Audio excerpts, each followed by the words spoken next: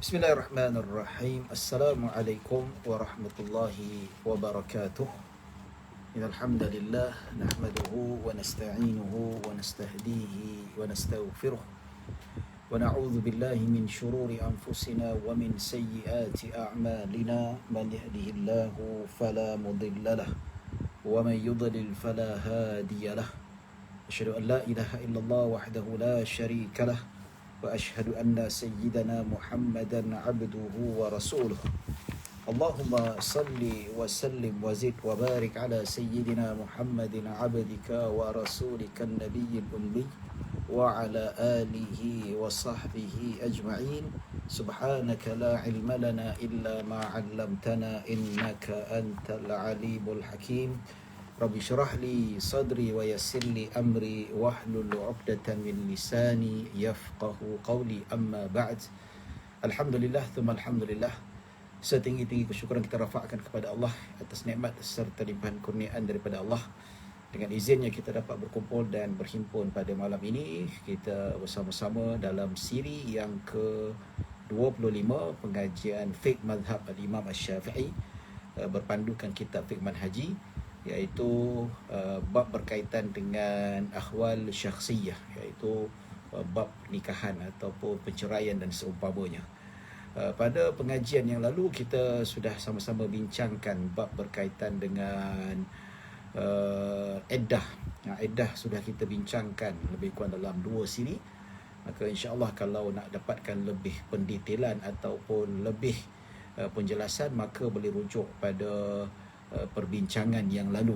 Jadi ada iddah penceraian dan ada iddah disebabkan kematian, dan begitu juga situasi ataupun keadaan wanita itu berubah, maksudnya bilangan berapa lama bergantung pada situasi. Ada yang diceraikan belum disentuh lagi, ya, ada yang diceraikan disebabkan dia sudah belum tidak ada haid, sama ada menopause ataupun belum akil balik.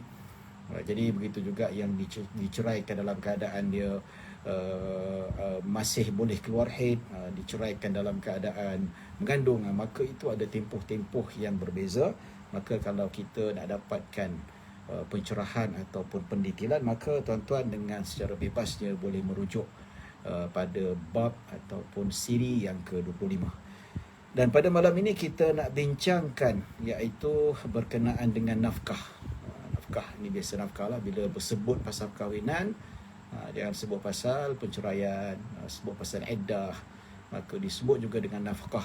Ini antara 2 bab yang boleh kita katakan 2 bab yang terakhir dalam bab ini, yang mana kalau kita lihat dari segi sudut pengertian nafkah itu, nafkah dari segi bahasa bermaksud mengeluarkan atau menghabiskan sesuatu. Nafkah dia mengeluarkan milik kita. Kalau ada buah, kita habiskan buah tu. Kalau ada duit, kita habiskan duit tu, ya. Anfaqa ar-rajulu darahima, seorang lelaki telah menghabiskan dirham-dirhamnya. Itu dari segi bahasa, ya. Jadi ada kaitanlah nafkah tu memang keluar duit. Cuma kalau kita ambil definisi daripada sudut lughah sahaja tak cukup. Maka perlu dilihat pada maksud nafkah dengan erti kata penggunaan istilahnya, ya. Baik tuan-tuan dan puan-puan dirahmati Allah Subhanahu wa taala, apabila disebutkan perkataan nafkah, ia digunakan kepada perkara yang baik-baik saja, ya. Anfaqa ar-rajulu darahima li syira'i at-tumur. Contohnya seorang lelaki telah menghabiskan dirhamnya untuk membeli buah tamar. Baik, ya. Tapi kalau al-khumur, arak, itu tidak boleh tidak digunakan. Tetapi digunakan istilah yang berbeza. Asrafa, ya. Asrafa dananirahu bi syira'il khumur, dia telah membazirkan, ya. Tapi anfaqa ni infak benda yang baik-baik. Manakala sementara dari segi istilah, ia bermaksud semua keperluan asas manusia seperti makanan, minuman, pakaian dan tempat tinggal. Ya. Baik. Maksudnya istilahnya, yang mana kita sebut dari segi istilah bermaksud semua keperluan asas manusia seperti makanan, minuman, pakaian dan tempat tinggal manusia. Ini asas. Ini asas. Sebab tu kita perlu pada definisi. Definisi itu sangat penting supaya apa, kita faham apakah maksud dengan nafkah tu. Ya, sebab kita tak tahu definisi, kita tak belajar ilmu fiqah, ramai yang salah faham tentang definisi nafkah tu. Sampai dia kata dah bagi makan cukup, dah bagi pakai cukup, rumah tersedia, wajib bagi isteri duit poket lagi. Itu dia. Jadi benda ni tuan-tuan, benda yang salah faham. Sebenarnya asas itulah.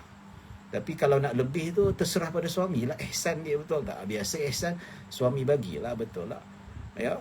Tapi kalau kita kahwin, tak nak kerja, ya, nak duduk rumah, okey, tak apa, cukup dengan apa makan sehari 3 kali 4 kali, pakaian cukup aurat, nak keluar berjalan pun ada pakaian, ya, bukan tiap-tiap minggu beli pakaian, bukan tiap-tiap bulan, selagi mana pakaian boleh pakai, itulah cukup nafkah tu. Ya, tak semestinya 2 bulan sekali kena beli pakaian, sekali boleh pakai. Itu hakikat sebenarnya. Kalau nafkah tu cukuplah sebenarnya, tuan-tuan. Tapi rata-rata isteri nak bekerja ni pasal dia nak mewah lebih lah. Tak ada masalah. Benda tu have no problem at all, tak ada masalah. Cuma jangan pula demand, tanggungjawab awak sebenarnya ni. Ni bayar Langkawi cuti ni, tanggungjawab awak sebenarnya tu. Bila jalan bukan nafkah. Betul tak? Ya, pendidikan kena bagi pendidikan, hantar sekolah kerajaan, ya. Tapi isteri nak hantar sekolah swasta, bang hantar sekolah swasta, bang kerajaan, Allah, belanja banyak, ya, sebulan 1,000 kalau 3 orang. Ini tanggungjawab abang tau, kena sedia. Apa cerita minta, ada kes minta suami hantar sekolah swasta, kata ini tanggungjawab awak, kena cari duit sediakan untuk sekolah swasta. Apa hal? Apa kebangang sangat? Minta maaf cakap lah, ya.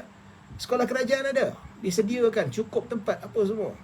Jadi itulah, dalam erti kata, jangan sampai ada isteri dia claim nafkah kena makan KFC, makan lauk, ada 2 lauk, makan ikut adat.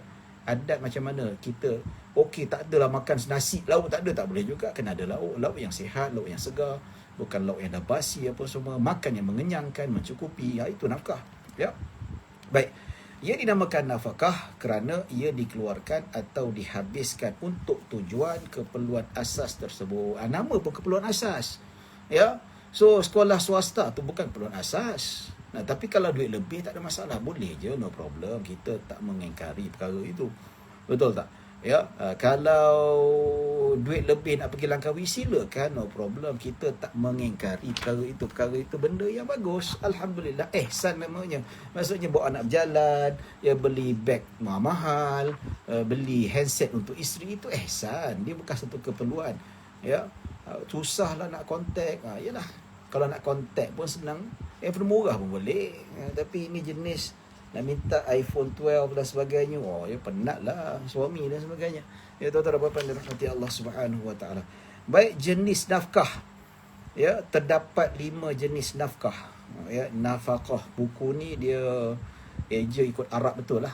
Ya, nafaqah. Ya. Tapi ialah, tapi kalau ikut DBP, Dewan Bahasa Pustaka, ejaannya nafkah. NAFKAH. Itu nafkah. Yalah, kalau ikut bahasa Melayu itulah ejaan dia. Kalau nafaqah itu ejaan bahasa Arab. Tapi saya lebih selesa menggunakan ejaan DBP lah, nafkah. Tapi kalau bahasa Arab kita sebut nafaqah. Ya. Baik, terdapat 5 jenis. Kalau saya terjemah buku ni, saya akan tulis nafkah, bukan nafaqah, sebab ikut standard. Ya. Sebab apa? Kalau kita tak ikut standard, kalau Mak Saleh dia ikut standard dia. Dia ikut, kalau England ikut Oxford dia. Sebab tu England dengan Amerika beza sikit ejaan dia. Amerika dia ada standard DBP dia. So kita orang Malaysia akan ikut standard kita lah. Sepatutnya lah kan. Tapi tak apa, tak ada masalah lah kan. Kalau saya akan ikut ejaan standard. Sebab apa? Saya dekat pejabat mufti wilayah, saya bertanggungjawab dalam artikel, research dan sebagainya. Itu memang partikular bab terjemahan. Ya, kita kena rujuk DBP. Itu standard, maksudnya untuk menjaga credibility. Ya, baik tuan-tuan dan puan-puan dirahmati Allah Subhanahu wa taala. Terdapat 5 jenis nafkah, iaitu nafkah seseorang kepada dirinya sendiri. Ada 5 jenis. Ada 5 jenis. Kalau sebut tentang nafkah ni, dia ada 5 jenis. Pertama, nafkah seseorang kepada dirinya sendiri. Ya. Kedua, nafkah furuk kepada usul. Nafkah furuk kepada usul ni iaitu anak kepada bapa, kepada atuk nenek. Ya. Jadi ada syarat-syaratnya lah.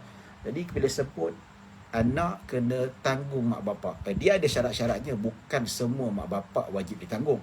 Kalau macam tu atuk pun kena tanggung juga. Kalau atuk masih hidup, nenek masih hidup, nenek kita lah, sama ada nenek belah bapa ataupun nenek belah mak, sama ada atuk belah bapa ataupun atuk belah, ada syarat je. Tak semua kalau macam tu aku kau cucu kena bagi, semua cucu yang ada ni kena bagi aku duit setiap bulan 1,000. Macam tu tak, ada syarat-syaratnya, ya. Sebab tu fiqh dia ada syaratnya, ada rukun dia, ya, dia bukan sewenang-wenangnya. Tapi masyarakat sekarang ni tuan-tuan, segala hukum fiqh kadang-kadang netizen lah, netizen kan pakar semua dia pakar, undang-undang dia pakar, ekonomi dia pakar, vaksin pun dia pakar, kesihatan dia pakar. Tu dia main hentam saja tuan-tuan buat hukum ni. Tak ada tengok syarat yang telah ditetapkan oleh para ulama. Ulama tetapkan syarat tu semua berdasarkan dalil-dalil Al-Quran, Sunnah, Ijma', Qiyas, Istihsan, ya, Maqasid dan sebagainya, macam-macam lah, Maslahah, macam-macam, ya. Baik, nafkah furuk kepada usul, ya. Anak kepada mak bapak, cucu kepada tok nenek dan sebagainya, ya. Baik, nafkah usul kepada furuk. Nafkah usul ni asal, ya, kepada furuk, iaitu bapa kepada anak, datuk kepada cucu. Maksudnya atuk pun wajib tanggung saya. Dia tuntut datuk. Atuk dalam kitab fiqh haji ni, atuk wajib tanggung cucu. Ya, apa kehenya aku nak tanggung kau, bapa kau hidup lagi. Dia tak tahu fiqh. Ya, katakanlah kalau bapa kanak-kanak tu dah meninggal, maka atuk lah yang wajib tanggung. Kalau atuk dia mampu dan sebagainya, ya. Baik, keempat, nafkah suami kepada isteri. Nafkah suami pada isteri dan nafkah yang lain. Itu tuan-tuan dan puan-puan dirahmati Allah Subhanahu wa taala. Maka kita nak bincangkan apakah yang dimaksudkan nafkah seseorang kepada dirinya sendiri. Ya, nafkah pada diri sendiri ni tuan-tuan, iaitu paling rendah untuk keperluan dirinya sendiri. Cukup makan. Ya, cukup makan untuk diri dia, cukup makan pakai untuk diri dia dan untuk kediaman rumah dia. Ya, lebih itu kepada isteri, kepada anak-anak, lebih itu kepada mak bapak, lebih itu kepada tok nenek, lebih itu kepada yang lain-lain, adik-beradik dan sebagainya. Ya. Jadi tuan-tuan dan puan-puan dirahmati Allah Subhanahu wa taala, maka kita tengok keadaan macam mana. Keadaan. Jadi ikut situasi yang mana kita ni sebenarnya untuk keperluan kita, apa keperluan kita. Macam kita ni sehari makan cukup berapa? Ya. Macam saya ni sebenarnya kalau ikut betul-betul lah, walaupun badan besar macam ni, sebenarnya satu hari makan 3 kali cukup lah. Sarapan sikit, tengah hari, malam, dah cukup. Itu keperluan saya. Dan pakaian saya, pakaian berapa diperlukan seminggu tu? Seminggu tu mungkin pakai 3 pasang, 5 pasang, 10 pasang, cukup setahun tu. Ya. Yang lebih tu untuk anak isteri, mak bapak dan seumpamanya. Itu untuk diri sendiri pun asas juga. Ya, iPhone tu bukan nafkah diri. Kereta itu adalah keperluan. Nampak tak? Jadi keperluan untuk cari rezeki dia itu termasuk jugalah keperluan yang mana dia nak cari benda tu, cari nafkah adalah wajib. Yo, maka beli kereta pun dikira sampai benda yang digalakkan lah, boleh termasuk dalam keperluan diri. Ya. Jika berkemampuan, hendaklah didahului nafkah, maksudnya kepada dirinya jika berkemampuan, dan hendaklah didahului daripada nafkah yang lain. Maksudnya kalau ada duit nak nafkah pada orang lain ke apa? Nafkah diri sendiri. Ya. Baik. Nafkah ini meliputi semua keperluan asasi manusia seperti tempat tinggal, pakaian, makanan, minuman dan sebagainya. Itu yang wajib. Ya. Nafkah di sini wajib daripada hartanya sendiri. Bukan kita minta duit bini ke apa ke. Ni yang nafkah awak pada saya. Awak isteri kena bagi. Saya tak ada duit, awak kena bagi duit. Tak boleh lah. Itu bukan falsafah yang sebenar. Itu falsampah semuanya. Ya, maka bukan harta orang, mestilah harta sendiri.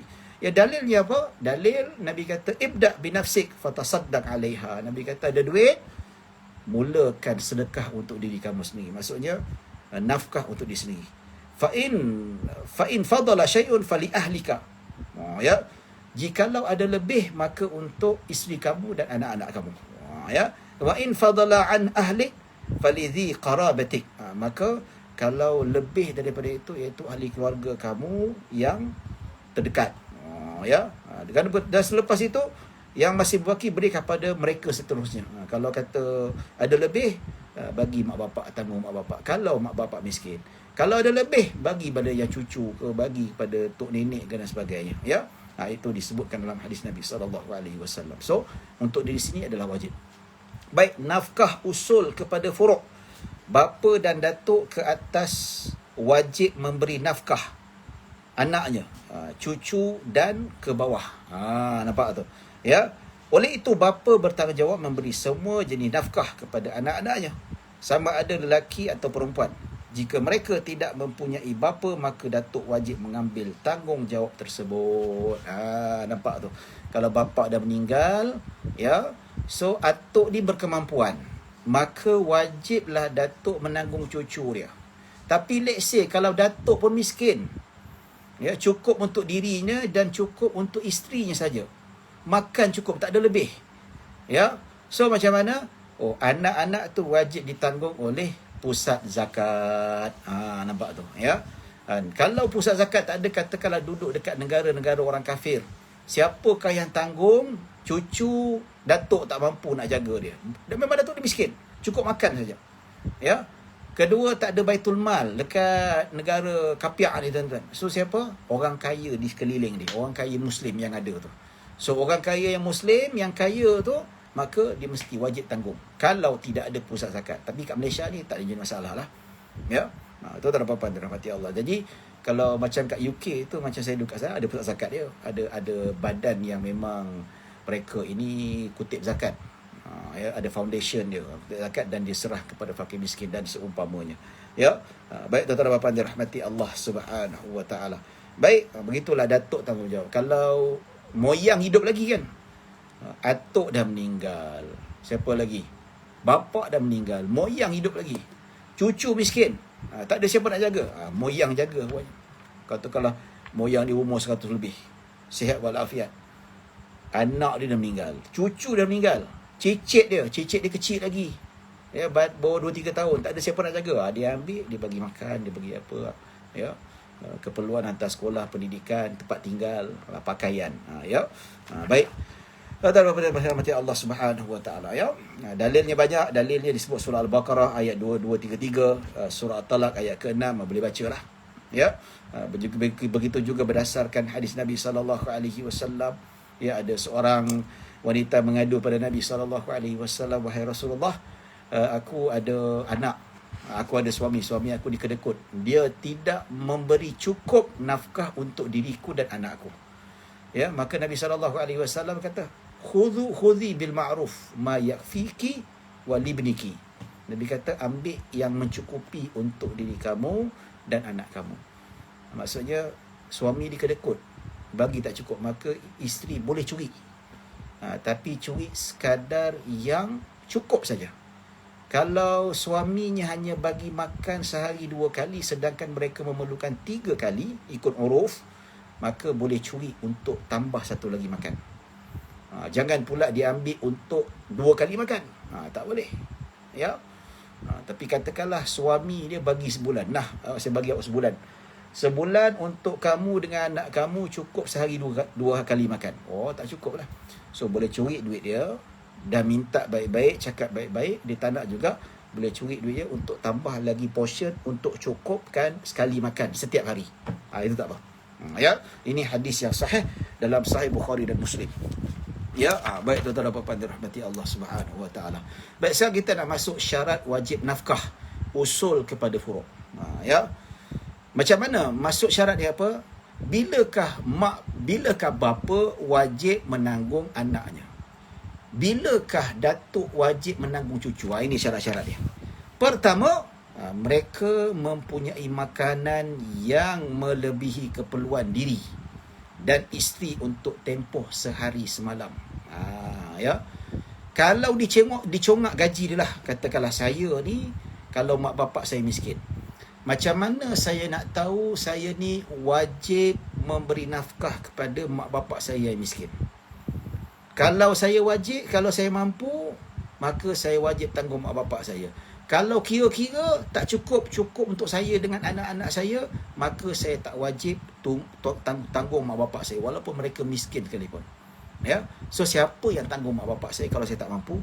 Baitul Mal, pusat zakat. Nampak tak?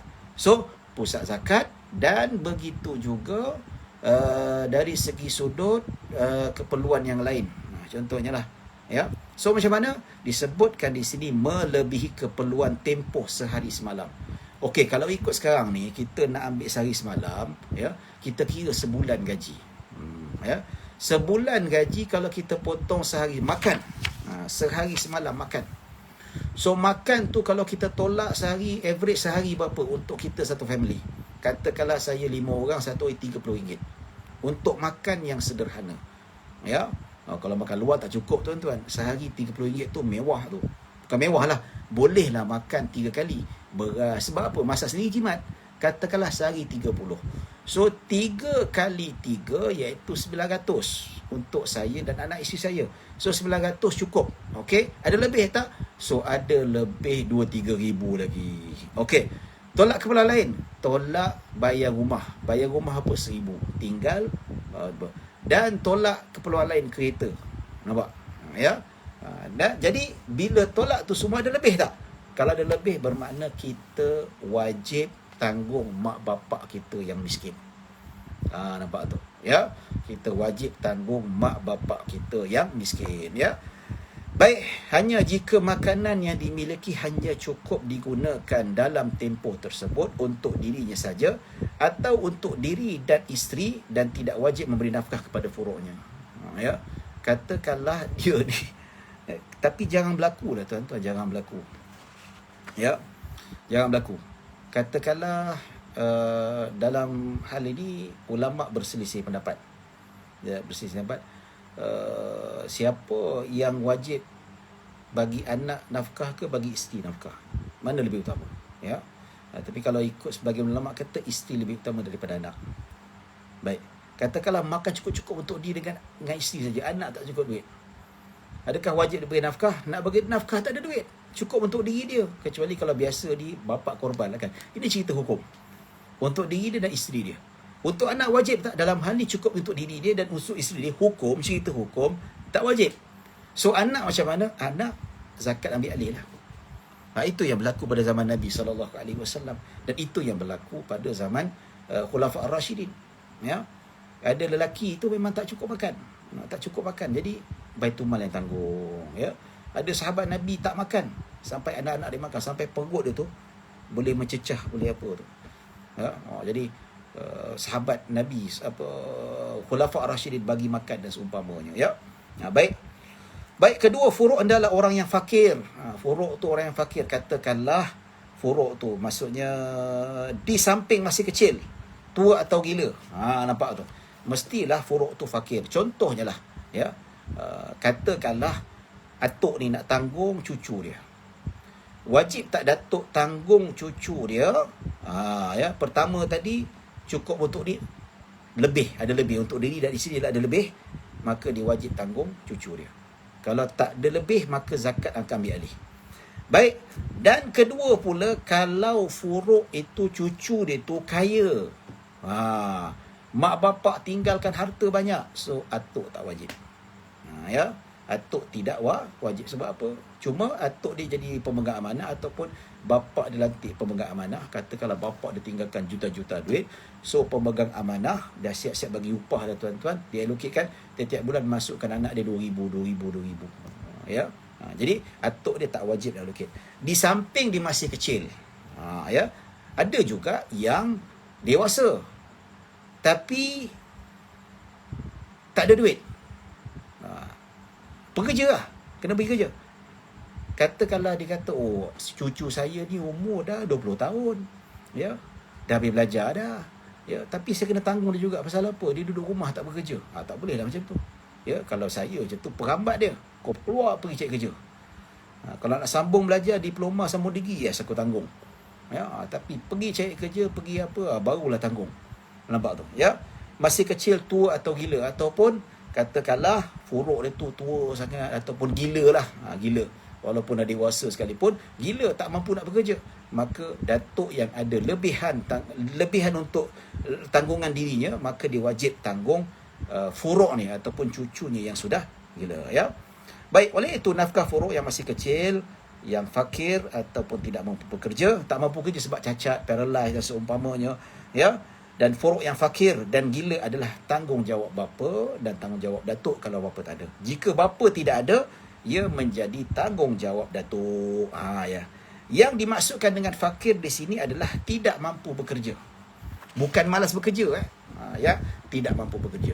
Sebab tu kalau anak yang dah habis sekolah, bapa suruh belajar tak nak belajar, kerja dia merempit saja, ya, tak nak kerja, itu bukan tak mampu kerja, itu malas kerja. So bapa di sini boleh halau dia. Boleh halau dia. Boleh halau dia. Begitu juga, ya, kalau anak tu sudah akil baligh dan tak nak sekolah sampai tingkatan 3 saja. 15 tahun. Dia pergi tak nak. Duk ponteng pun pergi sekolah. Tak nak sekolah. Nak buat apa? Tak nak pergi sekolah. Okey, tak nak pergi sekolah, kau pergi cari kerja. Pergi cari kerja, balik rumah nak makan. Abah, nasi mana mak? Mak tak ada. Tak ada. Abah masak untuk mak dengan abah, untuk engkau tak ada. Apa saya nak makan lapar ni? Saya bukan ada kerja. Kau nak berhenti sekolah, kau pergi cari kerja sendiri, makan sendiri. Ataupun pergi cari kerja, tak kira kerja kilang ke, kerja apa, jaga ke, balik bawa duit pasar. Walaupun 15 tahun. Ya, tapi dikira dia masih lagi belajar dan dia masih lagi tidak ada keperluan ataupun mampu untuk bekerja, maka dia wajib bekerja. Kalau dia malas bekerja, bapa masih lagi tak wajib nak tanggung anak dia. Ya. Baik tuan-tuan dan puan-puan dirahmati Allah Subhanahu Wa Taala. Jika anak itu telah balik dan mampu bekerja, bapa tidak wajib memberi nafkah sekalipun anak itu tidak bekerja. Maksudnya yang malas lah. Ya. Maksudnya malas bekerja, bapa tak wajib. Berlapar lah macam tu. Kata kalau ada anak dia umur 17 tahun, malas nak sekolah, malas nak kerja. So bapa dia tak bagi makan sampai kurus lah. So tak boleh blame bapa dia. Ya. Sebab apa? Kalau dia belajar, bapa dia tanggung. Dah tak nak belajar, lepas tu kerja malas, bapa tak tanggung, rasakanlah. Ya. Jika anak itu tidak bekerja kerana masih belajar, lihat kepada ilmu yang dipelajarinya. Nampak tak? Ya. Kalau anak tu dah akil baligh, ya, dia tidak bekerja, tapi dia masih belajar. Tengok ilmu dia. Ilmu ni macam mana? Ilmu itu berkaitan dengan kewajipan dirinya, seperti ilmu akidah dan ilmu ibadat, iaitu ilmu fardu ain. Ya, ilmu fardu ain, ia dianggap tidak mampu bekerja dan bapa wajib memberi nafkah. Pasal apa? Dia sibuk untuk keperluan diri dia, untuk belajar ilmu fardu ain. Fardu kifayah lain. Ya, yang belajar syariah, yang belajar usuluddin, itu fardu kifayah, itu bukan fardu ain. Maksudnya, kalau dia tak belajar ilmu untuk kewajipan diri dia, dia tak reti semayang, dia tak kenal Allah, dia tak kenal Nabi, dia tak kenal akidah yang betul. Ini dia wajib belajar. So katalah setahun 2 tahun, walaupun umur dah tua bangka dah tuan-tuan, dia bapa tetap wajib belajar. Pasal apa? Dia sibukkan dirinya untuk mempelajari ilmu fardu ain. Ya. Baik, jika ilmu dipelajari itu ilmu fardu kifayah yang diperlukan oleh masyarakat, seperti ilmu perubatan, ilmu perindustrian, ilmu perniagaan, ilmu ekonomi, ya, ilmu usuluddin, ilmu syariah. Sebab apa saya kata ilmu usuluddin dan ilmu syariah ni yang degree lah, dia bukan fardu ain. Sebab apa? Fardu ain tu semua kena belajar tuan-tuan, makcik-makcik ke apa ke. Tapi ilmu usuluddin, degree of syariah, degree of usuluddin, degree of usul fiqh, idrasat Islamiyah, itu takhasus, itu specialist. Bila masuk spesialis, dia bukan fardu ain, dia fardu kifayah. Termasuk juga tuan-tuan, termasuklah perubatan tuan-tuan. Yang fardu ain asas tu, reti nak semayang, reti nak tahu akidah, nak kenal Allah, ya, tahu perkara yang syirik dan sebagainya, membezakan antara syirik dan kufur, membezakan tauhid dengan syirik dan sebagainya. Itu, ya, tahu membaca Al-Quran, ya, itu kewajipan dia lah tuan-tuan. Okey, jadi baik, tengok keadaan. Kalau ilmu fardu kifayah, seperti perubatan, ya, seperti ilmu spesialis ni, ya, dan dia tidak bekerja, sedangkan dia mampu berbuat demikian, bapa membuat pilihan. Maksudnya, dia tak nak bekerja, tapi dia pilih untuk belajar ilmu fardu kifayah. Dia boleh bekerja sihat walafiat, ya, tetapi dia pilih untuk melanjutkan pelajarannya dalam ilmu fardu kifayah. So, macam mana tuan-tuan? Bapa boleh buat pilihan, sama ada nak bagi dia nafkah ataupun tidak. Kalau bapa tak nak bagi nafkah, bapa dia tak dosa. Ya. Jadi dalam situasi macam ni tak apalah tuan-tuan, ya. Tapi biasanya mak bapa ni dia memang bagi ihsan lah. Ihsan dari segi sudut keperluan yang biasanya kalau kita lihat mak bapa tanggung lah juga kan. Tapi kebiasaannya bila dah masuk universiti, mak bapa pun tak mampu juga. Ya, macam mana? PTPTN lah. PTPTN marah dan sebagainya. Ya. Macam saya juga masa saya belajar tu dapat zakat sikit dan bapa tanggung sikit. Nampak tak? So tapi kalau sebenarnya kalau bapa saya tak nak tanggung saya, tak salah tuan-tuan. Sebab apa? Saya mampu bekerja. Nampak tak? Tapi bapa saya nak saya belajar. Sambung degree, habis degree saya alhamdulillah ke Al-Azhar, saya dapat degree, sampailah master PhD, belanja sendiri, belajar dan sebagainya. Ya. Baik. So bapa ada pilihan. Sama ada nak tanggung atau tidak. Biasa mak bapak tanggung. Tapi kalau ikut hukum, ya, okey, kau dah masuk universiti, kau nak belajar, itu pandai-pandailah kau cari duit. Abah tak nak masuk campur. Walaupun bapak dia berduit banyak. Bapak zalim lah. Itu kezaliman tu dari segi sudut hukum dia bapak tidak zalim. Ya. Baik, kalau ikutkan betul-betul anak sudah akhir balik, tak wajib tanggung lagi dah. Tidak wajib tanggung lagi kalau ikut sepatutnya. Tapi ikut uruf kita selagi mana sekolah menengah. Ya. Kalau ikut hukum kita, hakim menetapkan anak diwajib tanggung selagi mana di dalam sekolahan. Sekolah menengah 17 tahun lah. Ya, 18 tahun masuk universiti itu bapa dah tak wajib lagi dah. Ya. Kecuali kalau dia sudah akhir balik, dia belajar ilmu fardu ain dan tak bekerja. Sedangkan dia mampu bekerja. Kat sini bapa masih lagi wajib tanggung walaupun dia mampu bekerja. Tapi sebab apa? Dia belajar fardu ain, ya. Baik tuan-tuan dan puan-puan dirahmati Allah Subhanahu wa taala. Kadar nafkah. Nafkah tidak mempunyai kadar tertentu, ia hanya ditentukan berdasarkan konsep cukup. Ya. Setiap negara, adat masyarakat berbeza. Ya, mungkin cukup kalau kita nak kata dekat Malaysia dengan Pakistan berbeza, harga beras berbeza, harga tepung berbeza tuan-tuan. Negara-negara tu harga lembu berbeza, harga kambing, harga ikan berbeza, harga sayur berbeza tuan-tuan. Betul tak? Kat kampung harga cost living lain. Ya, kalau dekat kampung harga sayur lebih murah. Jadi ikut kadar macam mana. Sebab itu kalau pusat zakat dia tentukan had kifayah. Had kifayah, had kemampuan, had cukup. Dia berbeza. Kampung berbeza, bandar berbeza. Ya. Jadi tidak mempunyai kadar tertentu. Ia hanya ditentukan berdasarkan konsep cukup. Contoh, kalau seorang anak dekat bandar, bapa kena bagi sebulan RM700. Kalau dekat kampung, RM400. Ya. Jadi tuan-tuan dan puan-puan dirahmati Allah Subhanahu wa taala, ini tunjuk keperluan asas. RM700. RM700 untuk makan dan pakaian. Pakaian mana cukup? Ini pakaian. Pakaian bukan tukar setiap bulan. Baju sekolah tu beli 3 pasang, cukuplah setahun. Betul tak? Biasanya lah kan, anak saya cukup. Cuma kalau tahun depan tukarlah, mungkin dah lusuh ataupun dia dah kecil dan sebagainya. Maksudnya anak kita membesar kan. Ya. Jadi berdasarkan pandang umum. So sebab itu kalau kita lihat rate untuk had kifayah zakat kat mana-mana negeri dia berubah tiap-tiap tahun. Tengok inflasi macam mana, ikut kadar kenaikan harga barang macam mana, maka dia berubah. Ya, dia akan revision balik. Sebab itu kalau pusat zakat tiap-tiap tahun, tiap 2-3 tahun sekali dia akan buat bengkel, buat kajian berapa sebulan ni, berapa macam ni. Ya. Baik tuan-tuan dan puan-puan dirahmati Allah Subhanahu wa taala, ikut kadar. Ya, kalau kat bandar tak silap saya 700 kot untuk seorang anak. Kalau 3 orang anak, ya 2,100. Untuk isteri keperluan dia mungkin dalam 1,000 tak silap. Tak tahulah, wallahu alam. Itu keperluan termasuk barang dapur semua sekali lah. Ya. Baik tuan-tuan dan puan-puan dirahmati Allah Subhanahu wa taala. Baik, dalilnya ikut kemampuan surah At-Talaq ayat ke-7.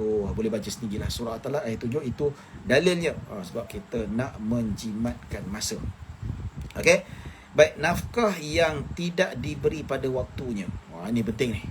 Ya, kalau nafkah yang tidak diberi pada waktunya, adakah bapa tu dikira sebagai berhutang? Katakanlah bapa 2 bulan tak bagi nafkah, ya, adakah dikira sebagai berhutang?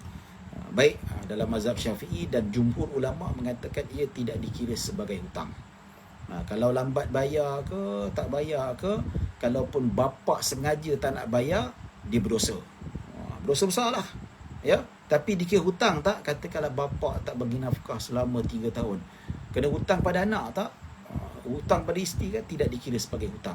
Hutang macam mana kecuali telah ditetapkan oleh hakim. Ya. Jadi kalau hutang yang wajib dibayar tunggakan tu, hakim saja yang berhak untuk menentukan hutang atas dasar maslahat.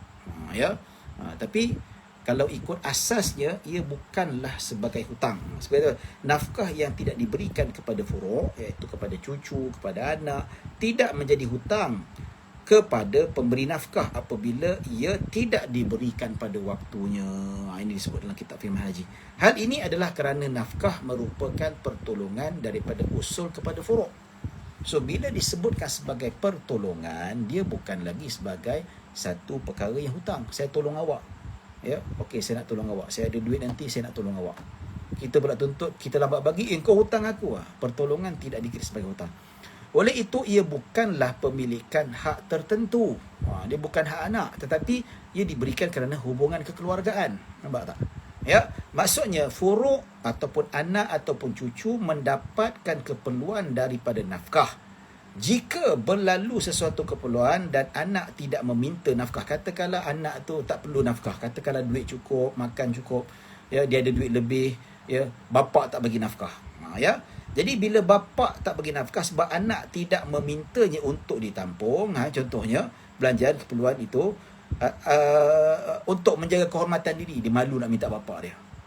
Ataupun bapa terlupa, ataupun anak terlupa, ataupun kata tuan, mak, kalau isteri lupa, bang nafkah saya, lupa, bang bapa pun lupa.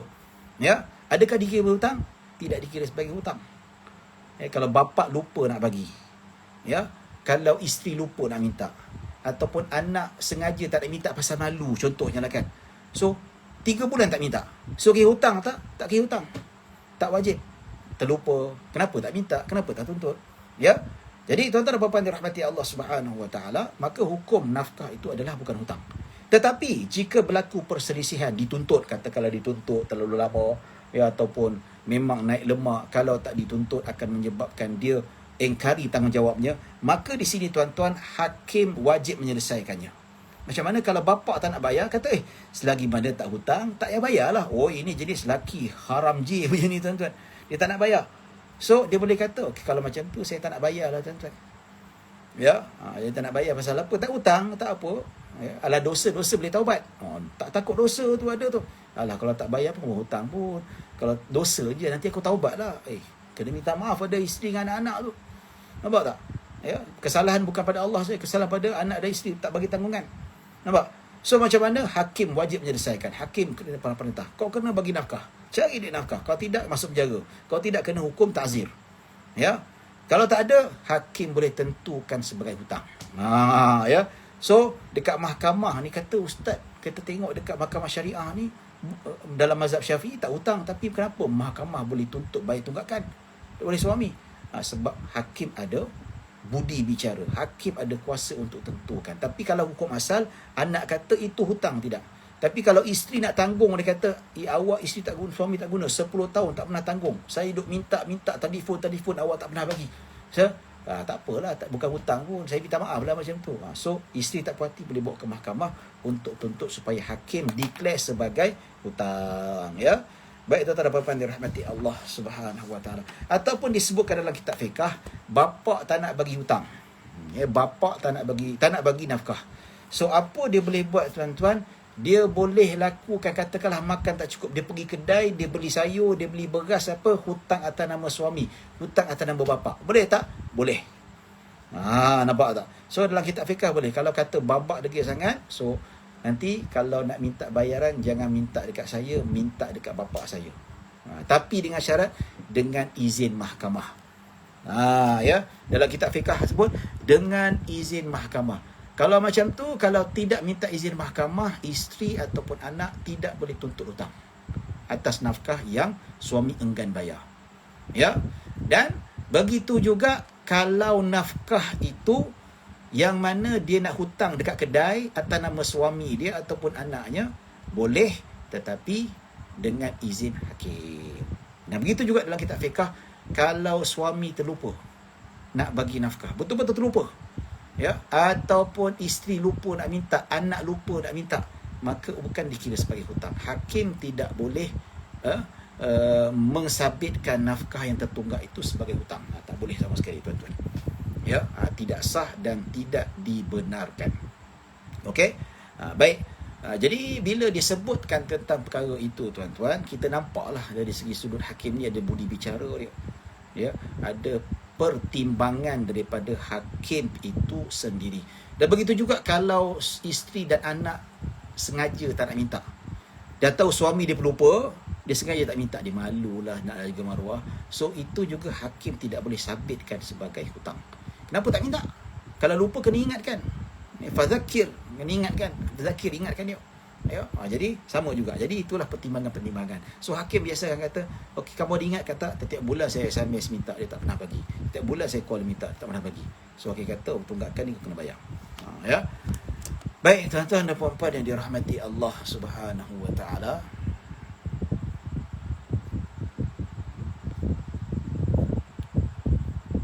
Okey. Ada masa lebih kurang 5 minit lagi sebelum kita buka kepada soal jawab. Nafkah furuk kepada usul. Usul wajib memberi. Usul ni atuk, bapa, atuk ke atas lah. Bapa wajib bagi nafkah kepada anak ataupun cucu wajib bagi nafkah kepada yang ke atas. Ini furuk. Furuk ni kita sebut sebagai anak cucu lah. Kalau usul, atuk nenek. Ya. Usul ataupun wajib memberi nafkah kepada furuk sebagaimana dalil dan syarat-syarat yang telah. Begitu juga furuk wajib memberi nafkah kepada usul, iaitu anak wajib bagi nafkah kepada bapa. Ya, kalau bapa tak ada, atuk masih hidup, dia miskin, wajib cucu bagi nafkah kepada atuk dan ke atas, iaitu bapa, datuk, nenek dan ke atas berdasarkan dalil-dalil dengan syarat-syarat berikut. Ya. Dalilnya apa? Dalil samalah disebutkan dalam Al-Quran, sama juga atuk nenek kita pangkat sampai macam mak bapak kita. Ya tak? So dikiaskan sama dengan hukum mak bapak kita. Sama jugalah, kita wajib hormat tok nenek kita macam kita hormat mak bapak kita. Tak boleh kita tinggi suara kepada tok nenek kita macam kita tak boleh tinggi suara kepada mak bapak kita. Jadi itulah yang kita kena ingat dari segi sudut kiasannya, ya. Begitu juga dalam hadis Nabi SAW ada juga dalilnya, panjanglah, kias, ijtihad, banyaklah, ya, banyak. Baik, sekarang kita nak masuk tentang syarat bagi nafkah. Ada banyak nak habis ke ni? Belum ada lagi. Jauh lagi. Ya, kita masuk yang terakhir lah. Ini yang terakhir sebelum kita masuk yang lain nanti insya-Allah. Ya. Baik. Syarat wajib furuk memberi nafkah kepada usul. Ya. Maksudnya anak wajib bagi nafkah kepada bapa. Pertama, kalau si anak tu mempunyai duit lebih untuk keperluan dia sehari semalam, untuk keperluan kediaman dia. Biasa rumah sekalian. Macam kita sekarang ni, pakaian tak ada masalah. Pakaian sekali boleh pakai, tak wajib tukar. Kalau isteri tu ada pakaian 5 pasang dan 5 pasang tu boleh pakai, tak rosak, tak wajib lagi beli-beli. Itu sebenarnya. Tapi kalau nak beli lain, itu ihsan lah tuan-tuan, ihsan, ya. Ya. Tapi kalau dah okey, rumah dah ada lah, tapi bayar rumah tiap bulan kan, makan dan termasuk bayar rumah. Kalau untuk dirinya sehari semalam dikira sebagai 30 hari, gaji sebulan tu tolak sehari semalam, 3 kali sehari untuk anak beranak dia, dan bayar rumah dan bayar kereta, ada lebih tak? Ada lebih, wajib dia bagi nafkah kepada mak bapak dia. Ya. Baik. Okey, usul ataupun bapa ataupun mak dia mestilah orang fakir. Yang fakir apa? Tak mampu bekerja. Ya. Bukan malas bekerja, tapi kalau mak bapak dia mampu bekerja, katakanlah masih lagi belum pencen. Ya. Mak bapak dia umur baru 50, ada 5 tahun lagi nak pencen, tapi malas nak bekerja. Ya. Maksudnya 50 tahun berhenti awal, dia keluarkan EPF, dia habiskan EPF. Ya, jadi anak wajib tanggung tak wajib, sedangkan dia masih mampu bekerja. Dia mampu bekerja, tapi sehinggalah dia tak mampu bekerja sebab dia tua ataupun dah penat dan sebagainya, tak mampu ikut kadar umur dia, maka anak wajib menanggung mak bapak dia. Ya. Baik, yang ketiga, ibu tidak mendapat nafkah secukup daripada suami dia. Katakanlah bapa kita tak bagi nafkah cukup pada mak kita, maka kita wajib tanggung mak kita. Contoh, kalau bapa kita miskin, tak mampu bagi nafkah pada ibu kita, ya, bapa cukup-cukup untuk makan dia. Sebab apa? Nabi kata untuk diri sendiri dulu, baru bagi isteri. Untuk diri dia sendiri cukup, tapi untuk suami, memang dia miskin. So anak yang kena top up, yang kena jaga. Ya. Baik. Contoh macam mana bapa tidak mampu memberi nafkah. Maksudnya di sini tuan-tuan, dia kata apa? Kata justru anak wajib memberi nafkah kepada ibunya dalam 2 keadaan berikut. Pertama, bapa tidak mampu memberi nafkah kepada isteri dia. Nampak tu? Tapi kalau bapa mampu, tak wajib. Dan bapa mampu bekerja, cari duit, tapi dia malas bekerja, still juga tak wajib. Still juga tak wajib. Jadi macam mana nak selesai? Bawa ke mahkamah. Bawa mahkamah, mahkamah boleh tentukan dan mahkamah boleh paksa dan sebagainya. Ya, jadi wallahu alam, kita tak tahu macam mana. Ya, bapa telah meninggal dunia dan ibunya tidak bersuami lagi. Tapi kalau mak dia kahwin lain, dah tak jadi suami baru dah tanggung. Tapi kalau dia meninggal dunia memang tak ada tanggungan, anaklah tanggung. Ya. Sehubungan ini, kewajipan anak memberi nafkah kepada ibunya terbatal dalam dua keadaan. Tadi ni wajib, ni yang terbatal pula. Yang pertama, bapa mampu memberi nafkah kepada isterinya, maka tak wajib. Sama jugalah kalau bapa kita mampu bekerja dan bekerja, tak wajib kita beri nafkah. B, iaitu ibu telah berkahwin dengan lelaki lain, sama ada suami itu mampu memberi nafkah kepadanya ataupun tidak. Nampak? Bila dia dah mampu berkahwin pada lelaki lain, walau suami itu mampu atau tidak, bukan tanggungjawab dia lagi dah. Tetap juga tanggungjawab suami dia. Berlainan kalau bapa kandung dia tak mampu nak tanggung mak dia, maka dia wajib tanggung. Tetapi dari segi sudut, kalau mak dia kahwin lain dan suami itu pula tak mampu nak tanggung mak dia, tetap dia tak wajib. Baik, pasal apa? Sebab dalam hal ini tak wajib lagi lah. Kalau tak mampu, tak wajib lagi untuk bersama dengan suami baru dia. Dia boleh minta fasakh. Ya, tak perlu nak teruskan. Tak perlu disebabkan kekurangan bapa tirinya ataupun kemalasan bapa tirinya, maka tak wajib dia nak tanggung. Buat apa nak tanggung? Kalau bapa dia sendiri lah, memang bapa dia sendiri pun dia tak mampu tanggung mak dia, pergi kat mak dia juga. Yang tak mampu tanggung darah daging dia pula. Ini pula bapa tiri tak mampu. Ya, buat apa anak pula nak tanggung? Patut bapa tiri lah, dah nak syok dengan mak aku, kau kenalah tanggung. Nampak tak? Jadi kalau walaupun bapa tiri tak mampu untuk tanggung mak dia, maka di sini tuan-tuan dan puan-puan dirahmati Allah Subhanahu Wa Taala, maka kita lihat dari segi sudut ini, ia mestilah berdasarkan kemampuan anak. Ya. Tapi kalau dari segi sudut tak mampu, tak wajib untuk dia memberi nafkah. Ya, baik tuan-tuan dan puan-puan dirahmati Allah Subhanahu Wa Taala. Baik, setakat itu saja yang dapat kita sampaikan. Ada soalan ke? Baik. Tak ada soalan, maka kita berhenti setakat di saja. InsyaAllah kita bertemu pada hari Rabu untuk kita habiskan bab nafkah dan bab yang terakhir, bab penjagaan anak. Lepas tu habis lah. Ya, baik tuan-tuan dan puan-puan dirahmati Allah Subhanahu Wa Taala. Ya. Baik, setakat itu saja dapat saya sampaikan. Mudah-mudahan kita berharap rahmah dan maghfirah, dapat pengampunan daripada Allah Subhanahu Wa Taala. Jadi mohon maaf kalau ada salah silap, kalau ada kekurangan, yang baik hanya daripada Allah Subhanahu Wa Taala. Kekurangan kesilapan datang daripada diri saya sendiri. Aku qauli hadza wa astaghfirullahal azim li wa lakum wa lisairil muslimin wal muslimat wal mu'minina wal mu'minat. InsyaAllah kita tutup majlis kita dengan tasbih kafarah dengan suratul Asr. Subhanakallah wa bihamdika asyhadu an la ilaha illa anta astaghfiruka wa atubu ilaih. Bismillahirrahmanirrahim. Wal 'asri innal insana lafi khusr illa alladhina amanu wa 'amilus solihat wa tawassaw bil haqq wa tawassaw bis sabr. Assalamualaikum warahmatullahi wabarakatuh.